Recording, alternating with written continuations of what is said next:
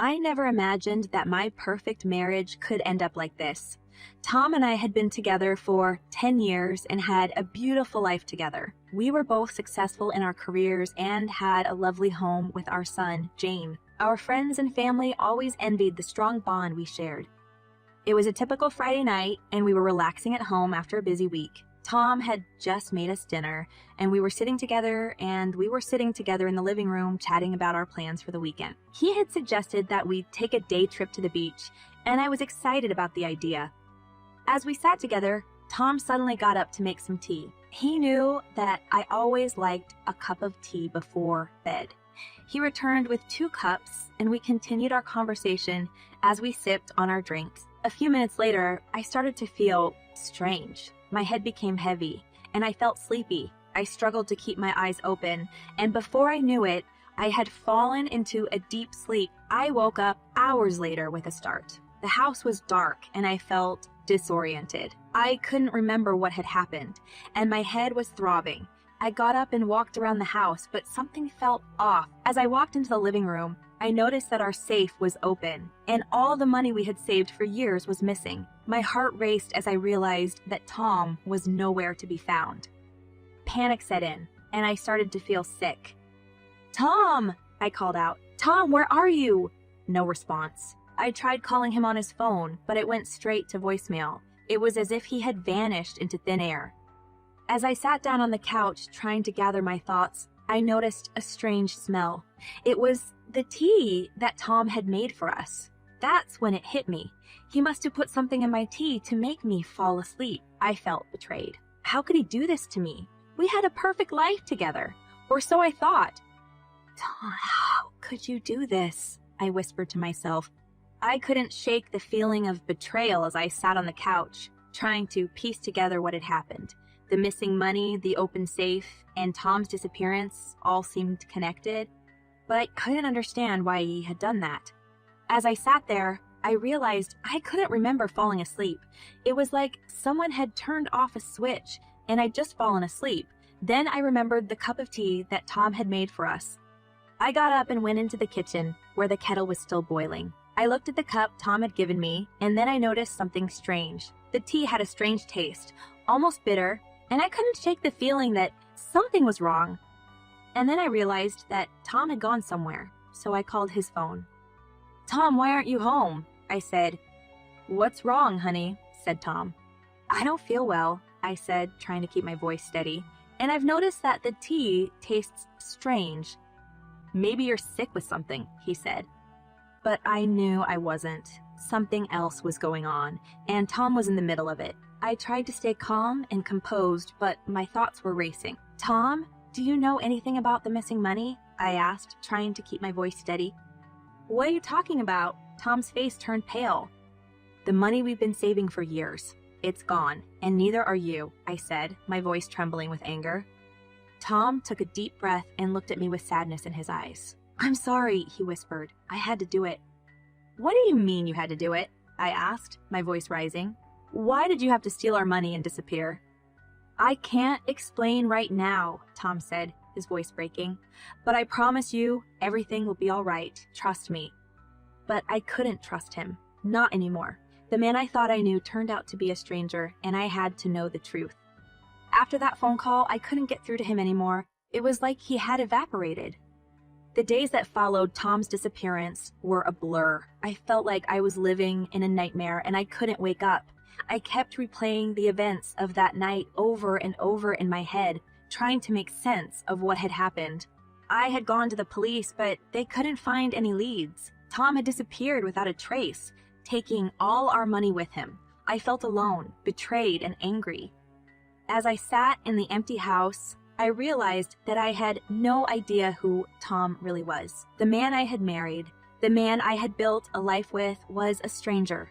He had betrayed me in the worst way possible, and I didn't know how to move on. One evening, I was sitting in the living room, staring at the empty space where the safe used to be, when the doorbell rang. I got up and walked to the door, wondering who it could be. When I opened the door, I saw a woman standing in front of me. She was young, pretty, and had a nervous look on her face. "Can I help you?" I asked, trying to keep my voice steady. "I'm sorry to bother you," the woman said, looking at me with tears in her eyes, but I think I know where your husband is.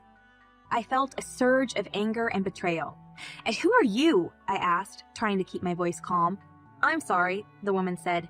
My name is Sarah. I've been seeing Tom for the past few months. My heart sank. It all made sense now. Tom had been cheating on me, stealing our money, and running away with another woman. How could he do this to me? I whispered, feeling the tears streaming down my face. I'm so sorry, Sarah said, placing her hand on my shoulder. But I had to tell you, he's planning to leave the country tomorrow, and he's taking all your money with him. I felt a wave of anger and determination wash over me. I couldn't let Tom get away with this. I had to find him and make him pay for what he had done. I have to go, I said, wiping away my tears. Thank you for telling me. As I closed the door behind me, I knew that I had to act fast. Tom had betrayed me, and it was time for me to get back at it. After Sarah left, I spent the whole night researching and making plans. I couldn't let Tom get away with what he had done. I had to find him and make him pay. The next morning, I woke up early and started my search. I went to all the places Tom and I had visited together, trying to find a clue. I went to his workplace, his favorite restaurants, and even his gym. But there was no sign of him. It was as if he had vanished into thin air. I felt frustrated and angry, but I refused to give up. As I was leaving Tom's gym, I saw a man standing outside. He looked like he was waiting for someone, and I had a feeling that it was Tom. I approached the man, trying to act casual. Excuse me, do you know where Tom is? I asked, trying to keep my voice steady. The man looked at me suspiciously. Who are you? He asked. I'm his wife, I said, trying to sound convincing. The man looked at me with surprise. Oh, I'm sorry, he said. I didn't know he was married. Tom hasn't been here in a while. I think he canceled his membership. I felt a surge of disappointment. I had been so close, yet so far. As I was walking back to my car, I saw a flyer for a charity event that Tom and I had attended together in the past. I had a feeling that he might be there trying to lay low. I drove to the event, hoping that I was right. When I arrived, I saw Tom standing at the bar, talking to a group of people. He looked calm and composed, as if he hadn't just stolen all our money and betrayed me. I approached him, feeling a mixture of anger and sadness. Tom, we need to talk, I said, trying to keep my voice steady. Tom turned around and looked at me with surprise. What are you doing here? He asked. I know what you did, I said, my voice rising with anger. You stole our money and ran away with another woman. Tom looked at me with sadness in his eyes. I'm sorry, he whispered. I had to do it. Why did you do it? I asked, my voice shaking with emotion. It's complicated, Tom said, avoiding my gaze. But I promise you, everything will be okay. Let's talk about this later, in private. But I knew that I couldn't trust him. Not anymore. The man I thought I knew was a stranger, and I had to find a way to get back at him. After Sarah left, I spent the whole night studying and making plans. I couldn't let Tom get away with what he'd done. I had to find him and make him pay. The next morning, I woke up early and began my search. I went to all the places Tom and I had been together, trying to find some clue. I went to his work, to his favorite restaurants, and even to his gym, but there was no sign of him. It was as if he had vanished into thin air. I felt frustration and anger, but I didn't give up. As I was leaving Tom's gym, I saw a man standing outside. He looked like he was waiting for someone, and I had a feeling it was Tom. I approached the man, trying to act casual. Excuse me, do you know where Tom is? I asked, trying to keep my voice steady. The man looked at me incredulously. Who are you? He asked. I'm his wife, I said, trying to sound convincing. The man looked at me in surprise. Oh, I'm sorry, he said. I didn't know he was married. Tom hasn't been here in a long time. I think he canceled his membership. I felt a surge of disappointment. I was so close, but so far away. As I walked back to my car, I saw a flyer for a charity event that Tom and I had attended together in the past.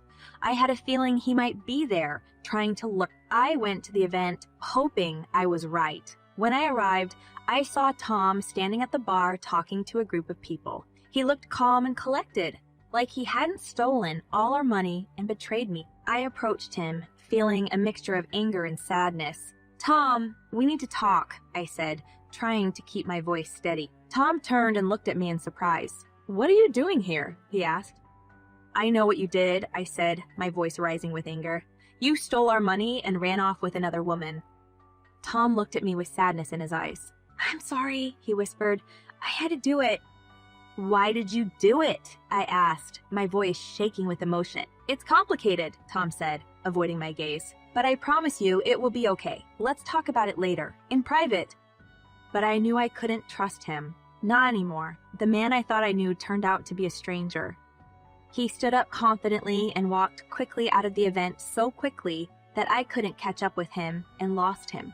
Tom's words wouldn't leave my mind as I drove home from the charity event. I couldn't believe he was still trying to lie to me after all he had done. I knew I had to keep looking for him and get to the bottom of it. Going through Tom's things in our bedroom, I found a note hidden in his nightstand drawer. It was from the woman he ran off with, and it had an address on it. I realized this was my chance to find Tom. Without thinking, I got in my car and drove to the address. It was a small apartment building on the outskirts of town. When I got out of the car and headed toward the building, I felt a mixture of fear and anticipation. When I got to the apartment, I knocked on the door and a woman answered. She looked about 25 years old, had long dark hair, and a slender figure. I noticed that she was nervous when she saw me. "Who are you?" she asked, her voice trembling. "I'm Sarah, Tom's wife," I said firmly.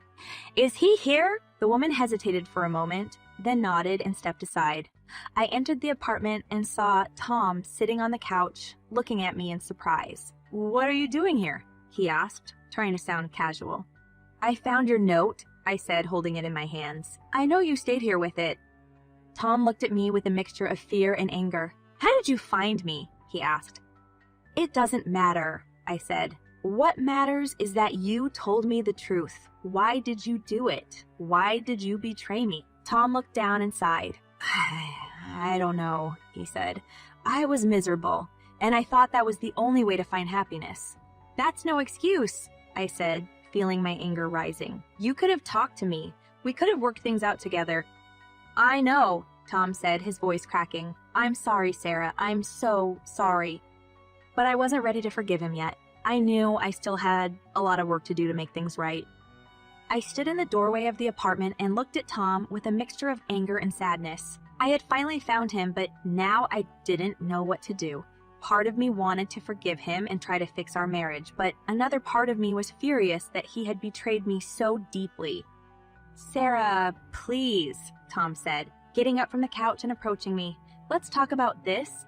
I took a step back, feeling my heart pounding frantically. "Talk about what, Tom?" I asked, my voice shaking. "You betrayed me. You stole all our money and ran off with another woman. What's there to talk about?" "I know I messed up," Tom said, reaching out to touch my hand. "But I'm here now. Let's work this out together." I recoiled from him, feeling a surge of anger. "No, Tom," I said firmly. "I can't just forgive you like that. You have to take responsibility for what you did." Tom's face lowered, and I could see the guilt written on his face. "I know," he said, his voice barely above a whisper. "I know I messed up, Sarah. I'll do anything to make it right." I took a deep breath, trying to calm down. "Okay," I said slowly. "Okay, let's start with the money. How much did you take?"